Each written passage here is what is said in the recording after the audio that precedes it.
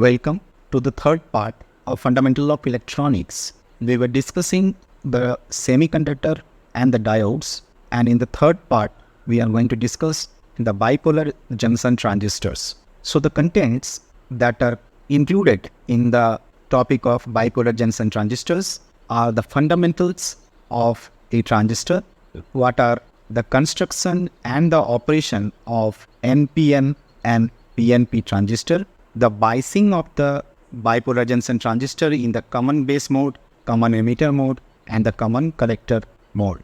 And what are the characteristic input and the output characteristic of the transistors in the common base, common emitter, and common collector configurations. First, let us understand the fundamental of a BJT. So it was in the year 1947 when the transistor was invented by Shockley, Warden, and Bradley.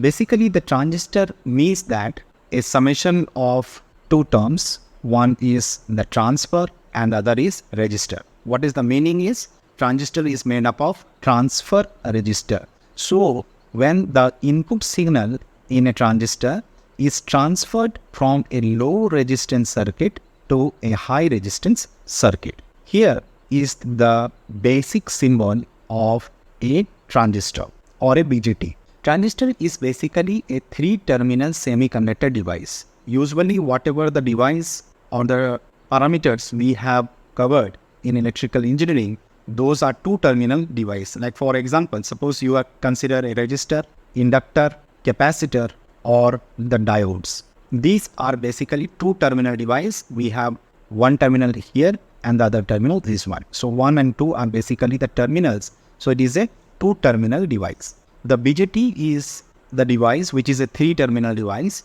and it is a semiconductor device, and the three terminals are basically represented as emitter, base, and connector, which are given by E, B, and C. So emitter, base, and collector are the three terminals. Now here we have taken one example of NPN transistor, which is having three terminals. One is the emitter, second one is the base, and the third one is the connector.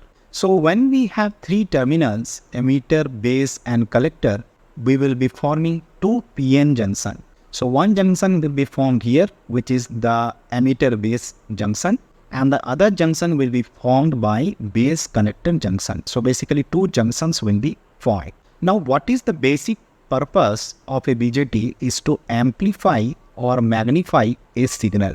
So BJT is basically a current control device. So the amplification or the magnification of a signal is done because the current is controlled in a way that it is being transferred from the input side to the output side with a proper gain. So when we apply a small amplitude signal to the base of the transistor, it is amplified and it is available at the collector. So collector will be the output terminal at which the amplified signal or the current will be available. Now it is to be noted that external DC source is required, otherwise the amplification cannot be possible.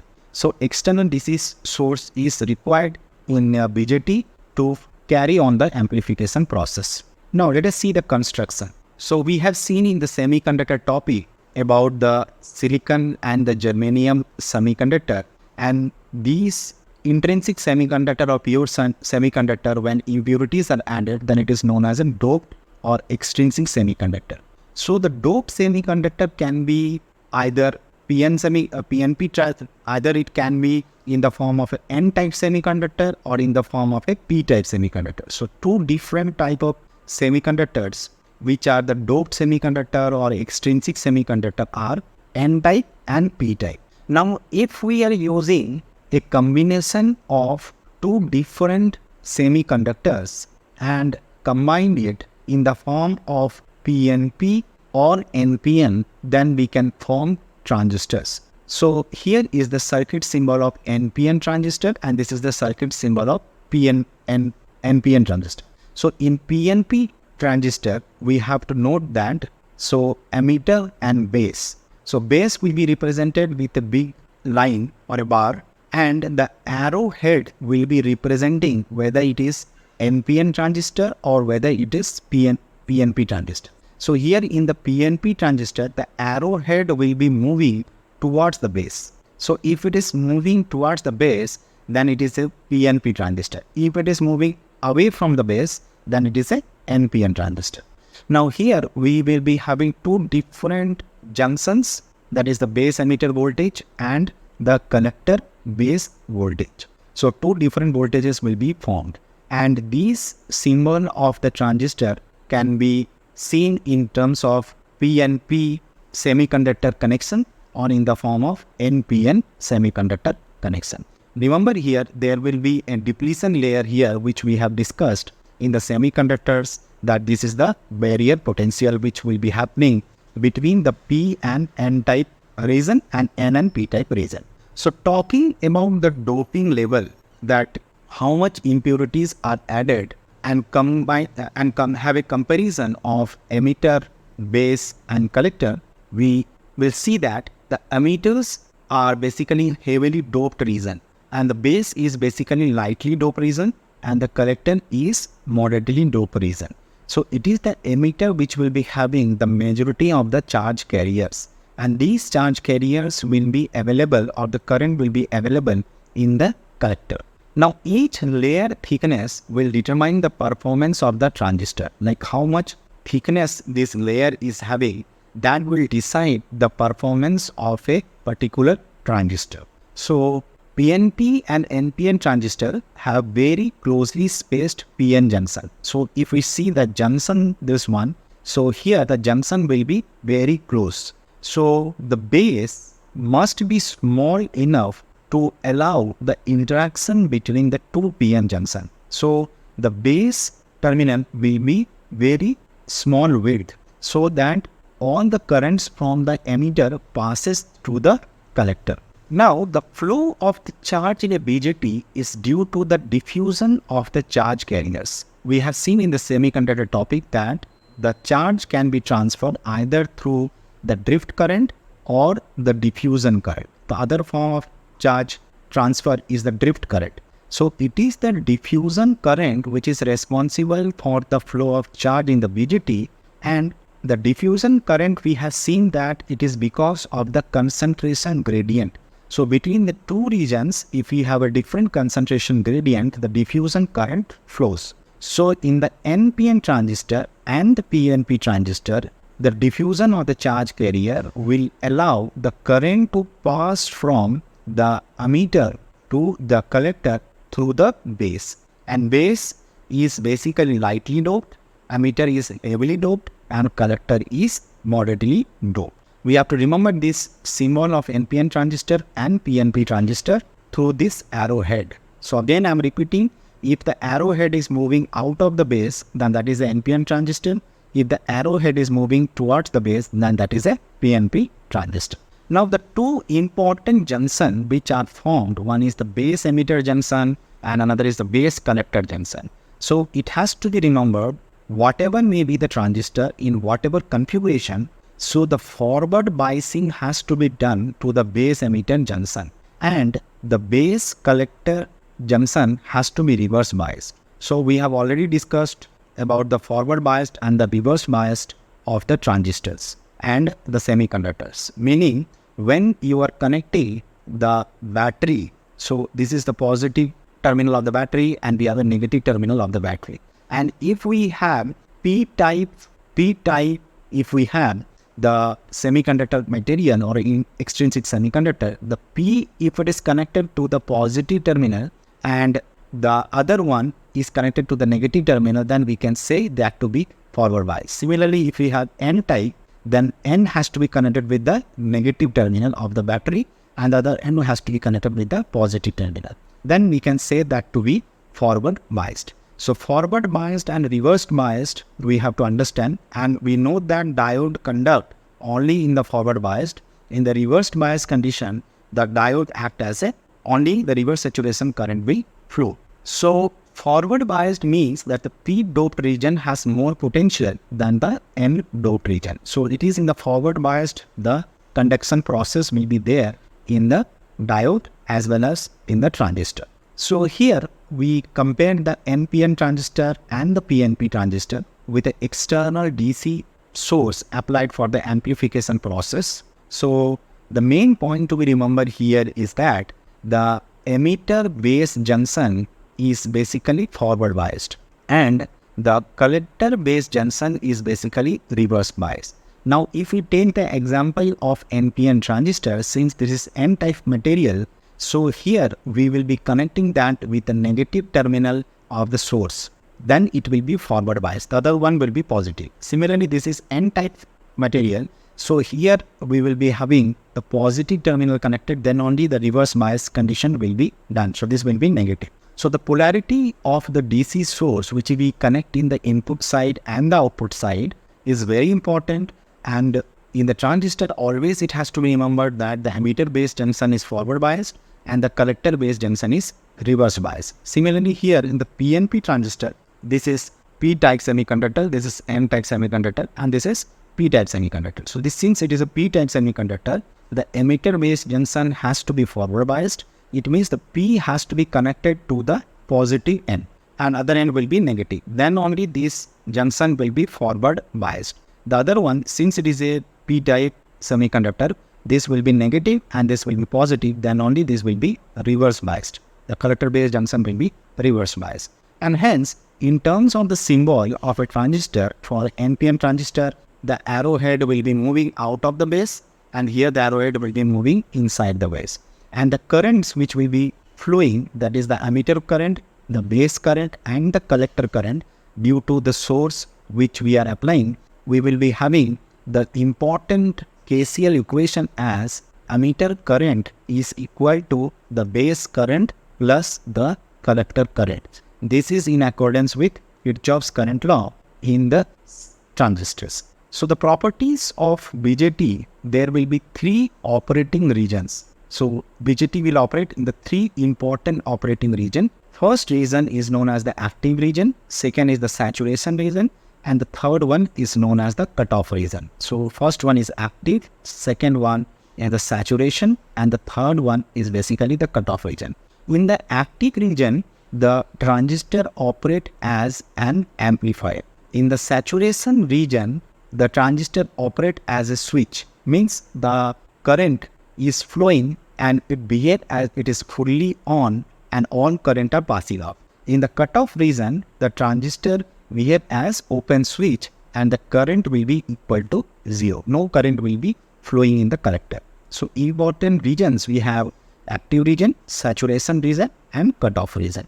Now let us take one example of a PNP transistor, and the graph or the quadrant we have divided the first quadrant, second quadrant, third quadrant and the fourth quadrant. So here we have emitter to base voltage and on the x-axis we have collector to base voltage. So in the second region where it is forward biased, this is the active region and here the transistor will be operating as the amplify.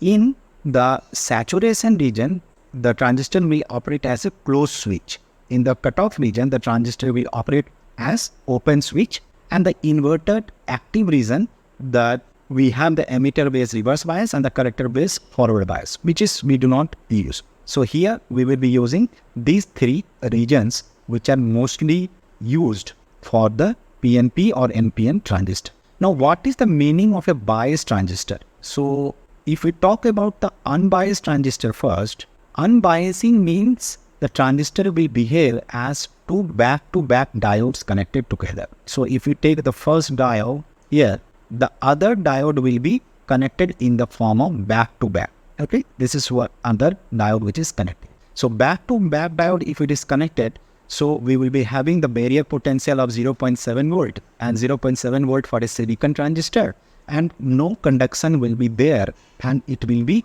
reverse bias. But when we will be connecting the voltage source in the diode, that is known as biasing of the transistor. So here what happens is that, so if you take the example of NPN transistor, then we are applying the in the common emitter mode. So emitter base junction is basically forward biased and the collector base junction is basically reverse biased. we are connecting the source of the battery so that the current flows. So heavily doped emitter will inject its free electron into the base. So all the electrons which are present in the emitter, so this symbol is basically due to the electrons. So these are basically the electrons which are present in the emitter because it is highly doped. Now once we are applying the biasing, what will happen? These electrons will move towards the base region. So lightly doped base will pass the emitter injected electron onto the collector. Now it has to be passed towards the collector region so that collector current starts flowing. So emitter will inject the free electron into the base, and then these electron will move towards the collector, and then collector current will form. So free electron from the base will flow to the collector, and collector will collect most of the electron from the base side. So unless and until we apply this biasing, the movement of these charge carriers, that is the electron, from the emitter to base and base to collector is not possible. So unbiased transistor will be behaving as if the transistor is off. But if we have the forward biased and the reverse bias appropriately for a biased transistor, then only we will be getting the collector current. So transistor currents, if you see, the three important currents that we will take is the emitter current, the base current, and the collector current. So emitter terminal being the source of electron carries the largest current. So the largest current will be the emitter current. And most of the emitter electrons will flow towards the collector. The collector current will be nearly equal to the emitter current. So if we see the collector current, it will be approximately equal to the emitter current. But emitter current will be more than the collector current. So base current is significantly smaller and it is less than 1% of the collector current. And the KCL equation says that the emitter current is equal to collector current plus base current. So this is one of the most fundamental equation in the transistor. We also know that collector current is approximately equal to emitter current and base current is very less than conductor current. We will introduce some current gain concept in the transistor, two important current gain alpha and beta, which has to be understood for the transistor. First, let us understand what is alpha. So DC alpha is defined as the DC collector current divided by the DC emitter current.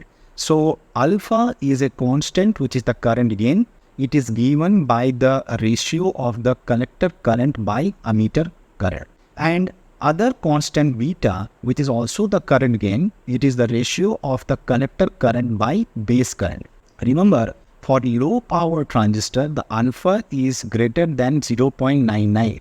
We know that collector current is approximately equal to emitter current, means it will be approximately equal to 1. So it means for a low power transistor, alpha will be close to 1 or greater than 0.99. But when the transistor is high power, it is greater than 0.95. So high power means more power is being transferred with the losses. So little bit losses will be there in the transistor and hence alpha will be close to 0.95. Now, the current gain is a significant advantage of a transistor and has paved the way of various applications in the transistor. So alpha and beta are very important terms in case of a transistor which has paved the way of various applications. If we talk about a low power transistor which is under 1 watt, the current gain will be 100 to 300. If we have a high power transistor over 1 watt, the current gain may be 20 to 100. Now these terms has to be remembered. So our first fundamental equation was the emitter current is equal to base current plus the collector current. So this is first fundamental equation. Second, what is the value of alpha and what is the value of beta? This is what we have to remember. Now remember here, this is the output current and these emitter current and the base current both are input side. So since alpha is close to 1, we can remember that in the base we will be putting the emitter current. Once we remember this, the other one will be the base current. So it will be easy to remember the value of alpha and beta. So generally we confuse what is alpha ratio and what is beta ratio. So please remember this. Alpha, the numerator will be IC in both the equation and the denominator we have to remember. So this is the input side. So since alpha is close to 1, which is possible only when the emitter current is there in the denominator. If it is emitter current is for alpha, here it will be base current for the beta. Now the important relationship which is linking this alpha and beta term, let us see. So this is our first fundamental equation. Emitter current is equal to base current plus collector current. If I divide the collector current on both the sides, so I'll get emitter current by collector current is equal to base current by collector current plus 1.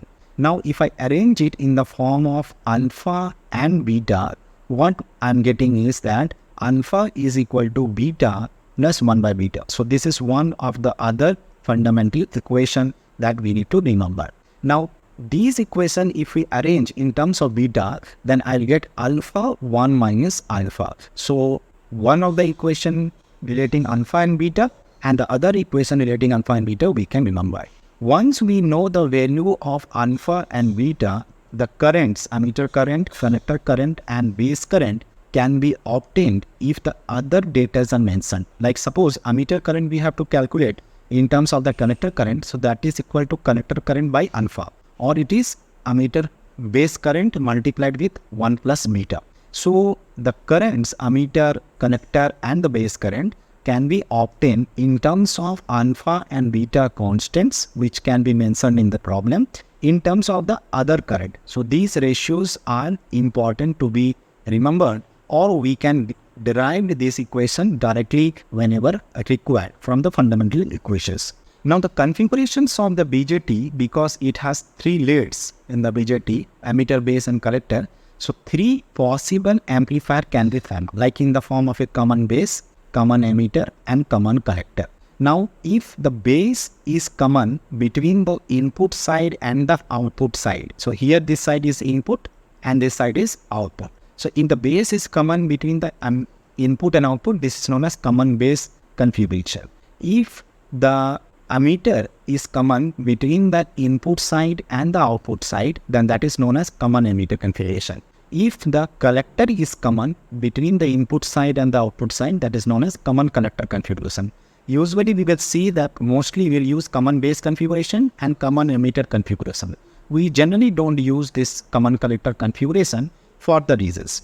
Now here, if we take the direction of the current as well as the transistor, whether it is NPN or PNP transistor, so we put the symbol here and connect the source of the battery and the input side, and all the current which is flowing, emitter current, base current and collector current, that we take. And the output voltage we are always measuring at the load resistor which is connected in the output side. So this is in the form of a common base, this is common emitter and this is common collector when the connections are being shown.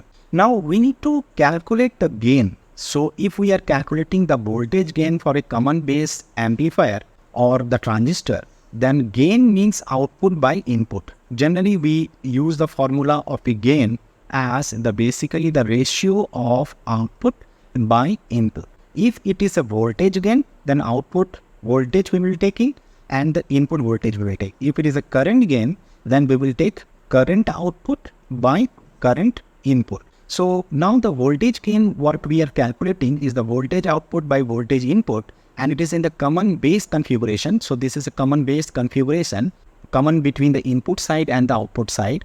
Output voltage is basically calculated at the load resistor. So it is basically IC into RL. We know that from Ohm's law, voltage is equal to current multiplied with the resistor. So here whatever the voltage we are measuring, that is equal to collector current multiplied with load resistor. If we take the input side, so input side we have the emitter current multiplied with the resistor of the input, so I into RE, that will be the voltage gain. If we take the common emitter configuration, that is emitter is common between the input side and the output side, then we can have the relationship of alpha, beta and the fundamental equation of the KCL equation and the relationship between alpha and beta. So these fundamental equations we generally use for solving the numerical. On the other hand, if we have the common collector configuration, we calculate the current gain. So current gain will be output current by input current. So output current will be the emitter current now here, not the collector current. Please remember, since it is a common collector configuration, output will be the emitter current. by base current. Ammeter current we can write as the summation of collector current plus base current, and hence we will get the current gain is equal to beta plus 1 in the common collector configuration. So this is common collector configuration.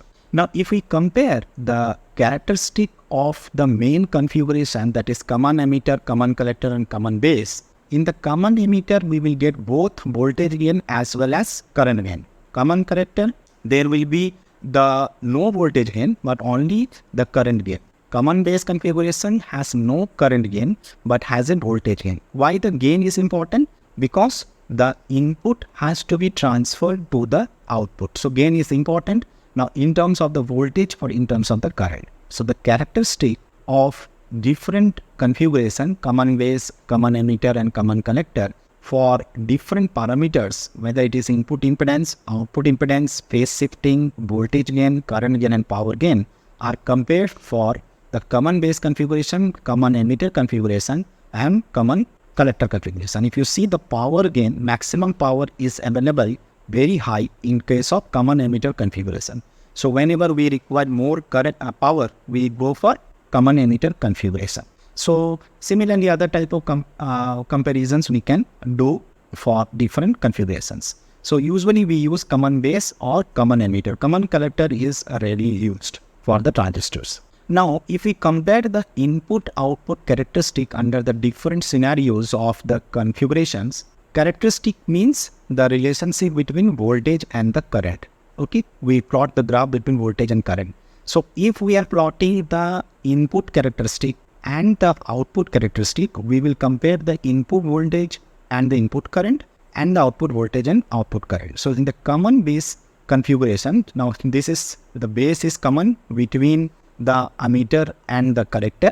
So the input current will be the ammeter current. So we'll take on the y-axis, and the input voltage will be the emitter base voltage, and the output voltage will be collector base voltage. So collector base voltage we will fixed and obtain the plot. So the plot will look like this for the input characteristic. We will be getting for the collector to base voltage fixed what is the plot between ammeter current and the emitter to base voltage, that is known as the input characteristic of a common base configuration. Now in the output characteristic, we can see here the output we are having a collector current and the output voltage is connected to base voltage, and the input current is fixed, that is the ammeter current. So for different ammeter current, we will be getting the characteristic like this. So this is output characteristic and this is input characteristic.